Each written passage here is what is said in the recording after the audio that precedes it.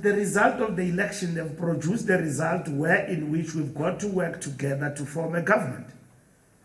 We've had many options before we arrived at this option.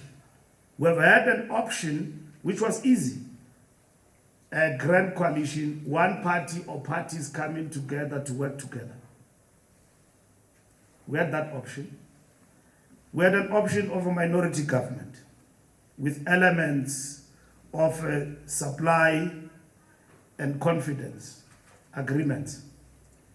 We had that option. Initially in our discussion, it looked like we'll gravitate towards that. But it came to a point where we don't care whether the animal is black or white, but we are in this thing that brings everybody together. And we coined it from our National Executive Committee as a government of national unity with characteristics of supply and confidence. And we have seen the expression of that now, because when we're talking, it was theory. What it means is that within the 10 parties, others will not be in the executive, but they will prefer to work within the legislatures, but not in the executive. Not everybody wants to be in government. And the DA came back with a firmer position, and they said that we want to come in. We want to be part and parcel of government.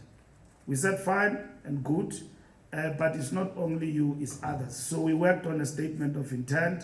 We signed with the DA, and then the second party to sign was PA. The other one to follow was IFP, and others followed. And that's what has happened in terms of the statement of intent. So Gauteng, we gave them a go-ahead to talk, and that's why Panyaza was elected as Premier and to move with the DA, because they said to us there is an agreement. We said, good shot, go ahead. The same as KZN, the same as Northern Cape. So Gauteng has never moved outside the realm of democratic centralism in terms of ANC politics. From the onset, the National Executive Committee and the officials said that we must all move together. And that's what is important. And then we said to them, start the talks about talks. Talk to everybody. The Premier will come from the ANC, and the allocation of MECs is as follows. 7 MECs will be allocated to the ANC and other parties, and 3 MECs will be allocated to the DA. The composition of the legislature, the speaker will come from the ANC, the deputy speaker will come from the DA, the chair of chairs will come from the DA, the deputy chair of chairs will come from the ANC.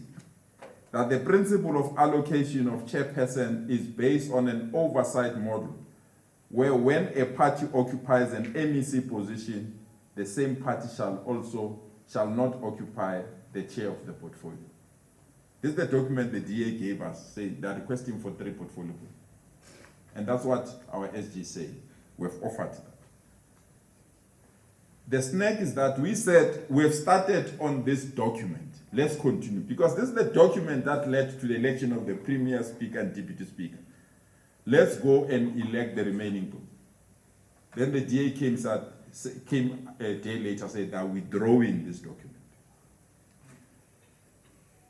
They're withdrawing this document, and they want us to start afresh. So when they withdrew the document, we were already at an advanced stage of consulting with other political parties. And when they came back later, maybe I've heard the story that we gave them 1, gave them 2, when they came back later, we indicated that your withdrawal meant that we need to engage other political parties. We engaged all other political parties. We really believe we can reconfigure this to be the way it is. And that's where the dispute came. Heidi, to respond to your question, I'm not sure it's you,